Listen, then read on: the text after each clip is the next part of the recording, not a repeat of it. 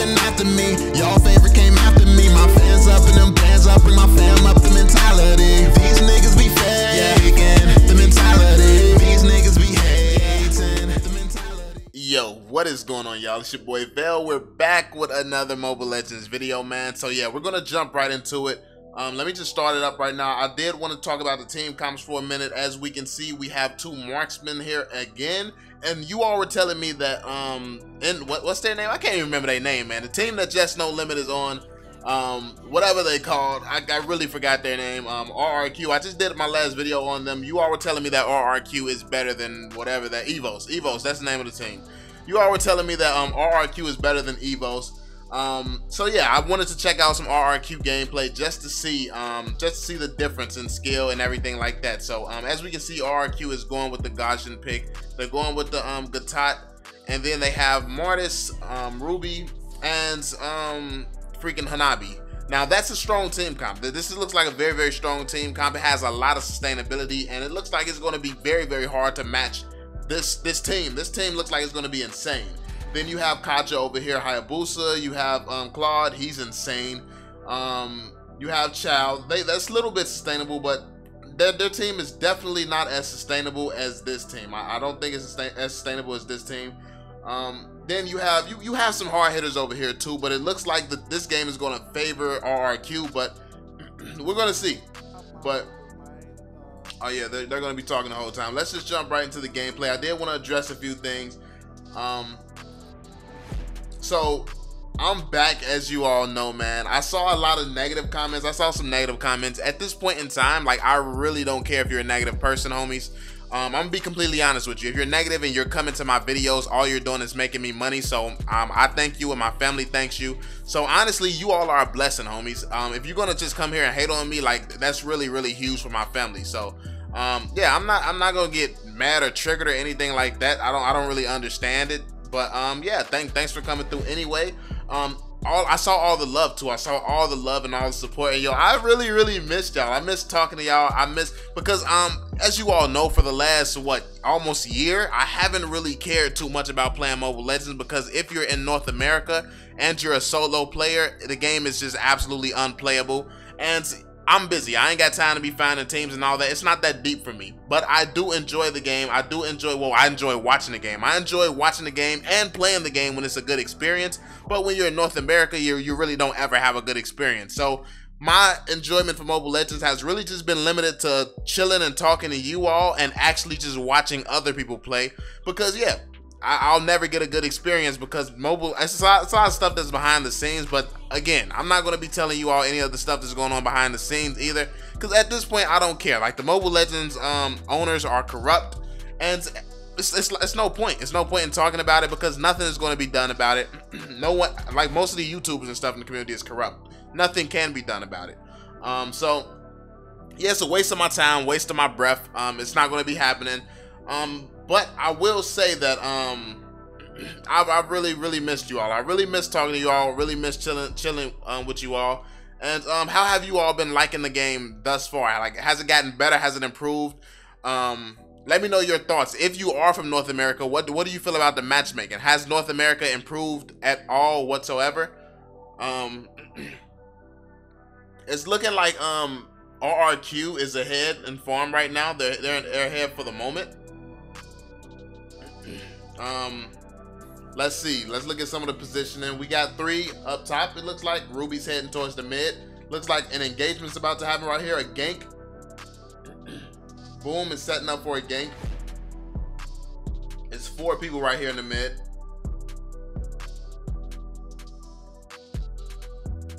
Looks like, oh, they're getting turtle. They're going for turtle, so this might put them ahead in gold. Well, actually, red is still too far ahead. I don't know if it will. Look at that. Then they engaged.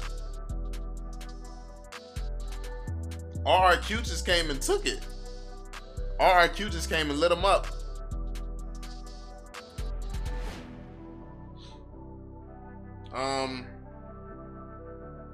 Now we have Tuteru.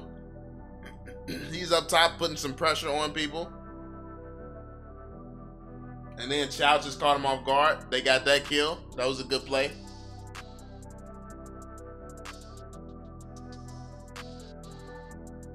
this is actually really good. So a lot of people have, like, I did see some new subscribers. Hasn't seen a lot of my old videos, so they didn't know why I said pro players weren't very good. So let me break that down to you all. Like, a lot of the times, like in some of the biggest events, like some of the best players in the world going against each other and stuff like that, they were struggling with simple communications, like saying, yo, somebody is rotating towards you, be careful, bag up off of the towers, like making simple decisions like that. The simple stuff, the basics, they were struggling with that. We're not even talking about the strategy. Like, the strategy aspect is very, very hard to come up with a strategy and then also know what to do with that strategy and to actually execute that strategy while you're playing in a game in high pressure settings. But the simple stuff like being able to communicate, knowing your role, knowing what you all should be doing, having any sense of what your strategy is, that stuff is basic. Now, when it comes down to pro level, it's really about adapting your strategy, having a strategy, knowing what your team is designed to do, and countering everything the enemy team does to try to stop you from doing what your team set out to do. That's what being at a pro level means. It means basically adapting. You have, like, everyone has a plan. You go into this game like, okay, this is what we're going to do. We're going to have one person pushing all these towers up. We're going to all just attack we're all just going to attack and try to bait people out, gang and stuff like that. And then the other team catches on to your strategy, so they try to stop you. But then you overcome that. You counter what they're doing to try to defeat your strategy. Like, that's what it is. That's what playing at the high level means. It means just countering each other's strategies back and forth. For the last 2 years, competing in Mobile Legends has not been that. Competing in Mobile Legends has been, people are making beginner mistakes people are playing like, people have no strategy coming into it. People are all trying to just use the most strong heroes, and they're all just trying to go chase kills and stuff like that and just stay together. Like, there has been no strategy, no nothing. Returning back, we're seeing a lot of strategies. We're seeing people standing around in bushes a little bit more, positioned well. Like, they're standing in bushes, but they can easily rotate over to help their team. And then they have a good visual of the map. Like, I'm seeing a lot of great map control since watching some of these pro players now, as opposed to before. Like, before, you would see random pro players standing in bushes in the jungle when no one is even near that area, or it's just stuff that does not even make sense whatsoever.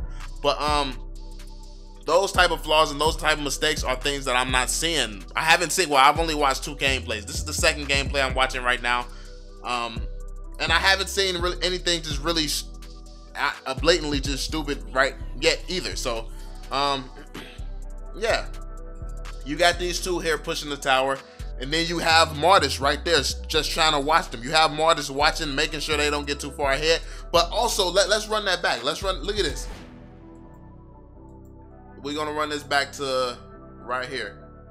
Look at this. So Mortis, they pushed him back off of the tower, but notice he left off of the tower. He left off the tower and he just stood there. He stood there because he's gathering information. He's seeing what they're doing. That was huge. Like, before, I've seen pro players in that same exact situation go and try to challenge those 2 people because they didn't want to lose the tower. Instead of giving his life, he gave up the tower, he waited for them to leave, and now he's pushing that lane forward. That's a very, very smart, and that is a pro decision to be made. Like, that's something that I just was not seeing before. Like, that's the type of stuff that I think is great to see in Mobile Legends. Like, that decision makes sense. It makes sense to do that because there's no way Mortis was going to be able to kill those 2. So yes, stand back there and look at this. He's still running around their base, roaming, getting information. So all these members that he's seeing right now is showing up on the mini-map for his team, which means that if he's calling out, if he's talking to his team, they have that information. And even if he's not calling out, they can see it on the mini-map, everything that he's seeing, so they can make decisions of how they're going to play based on what he's doing. So if they want to try to gank, and look at this, he's forcing him to go back, he's pushing people back, he just secured a kill. He's harassing the other team like crazy. And what is anybody going to do about it? Like, look at this. They're playing very, very well. And then Child, they made him do a big mistake. Look at this. Okay, so then this is what I mean. This is what's crazy about it. So Mortis just came and secured this kill right here. So he came and secured this kill, and this was also a bait because he looks like a sitting duck right here, right? So Chow, he was like, okay, I'm safe in my zone. I got my tower here. Okay, I'm in a good position. I can go and try to get this Martis. But first off, look at the level difference. You're level 7, he's level 10.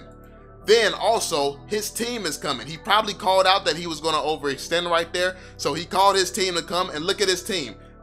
His team comes and wraps around from behind. And this guy, Chow, is not paying attention to the fact that he can probably see all these enemies right here, because look, he has a teammate right here as well. So he can see these people coming, but he's so thirsty to try to go after somebody with full health that he gets caught right here and gets surrounded. Look at this. The whole team's right here. There was nothing that could be done. Now they get this free tower because his teammates are up there. And look, let's look at what was going on at the top. You see, look at this. Hanabi's up top right now. At the exact same time, Hanabi's here, pushing up the lanes and also gathering information, trying to see where the people are over here on this side. Looks like she's in a bush right now. She bagged up. She looks like she's poking and harassing them. So while this great play is going on bottom lane, we can see top lane over here. Hanabi is making some good plays, and because bottom lane is getting dominated, that forces them to go back. Let's see what Hanabi does now. She's probably going to push up the middle lane, which is going to push the game forward for RRQ even more. Like, honestly, coming back, it feels like I'm looking at a completely different Mobile Legends as far as watching the pro players. It looks like a completely different Mobile Legends. Because I gotta be honest with you, I have never seen so many great plays in the last 2 years. Now every game that I look at, I'm seeing this, and I don't know, like it was about a month. I took like a month off, but I ain't know things changed so drastically in a month. Because it kind of makes me curious about how the casual experience is, how the ranked experience is now. But this team is also not going. Look at this team fighting back as well. So look at how well RRQ is playing, but at the same time, look at this team also being able to fight against it and not get dominated. They're still in the game. They're still fighting right now. And look at Gatot running around gathering that information for his team. You got Ruby hiding here in the middle bushes. Ruby's hiding right over here, just waiting to support. Then they just caught one. They tried to catch one. Chow chases a lot. Chow chases a lot. Looks like Chow probably got to chill out a little bit. I don't know whoever that is, but Chow, that's how he got caught out before. He chases a lot. So, but also a good player would notice that Chow likes to chase a lot. He likes to feel like he's invincible. And to be fair, to a certain extent, Chow cannot be messed with by many people. But at the same time, he can easily be baited. So probably baiting him out. If you can bait him out and kill him, that's going to be a huge hit to his team. So that's probably a strategy that I would attempt to go for while playing against him, because you can see that he just always likes to step out, overextend, and chase people. So yeah.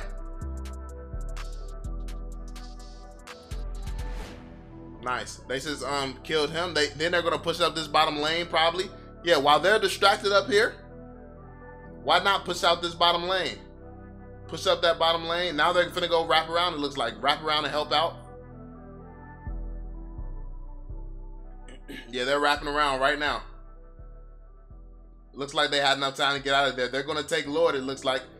And then, are they gonna catch him? Looks like they might catch the marksman. They caught the marksman. That wraparound was excellent. They pushed up the bottom lane, then wrapped back around. RRQ is just playing very, very well, man. RRQ is playing very well. Yeah, this is actually amazing.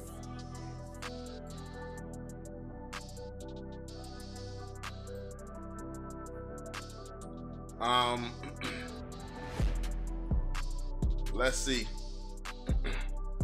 And everyone who was saying that RRQ is a lot better than Evos, I can kind of see it. I can kind of see it because, like, Evos looks like they were playing a lot better than I have seen them play in the past. But RRQ, it just looks like everything that they're doing is calculated and it makes sense.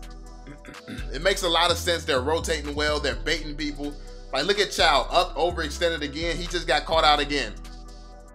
Chow just goes out and overextends a lot. And it looks like they're capitalizing on the fact that he's doing that. So they probably noticed that as well.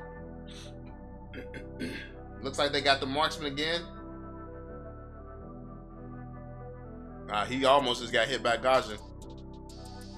And it looks like this might be the end of it. This might be over with.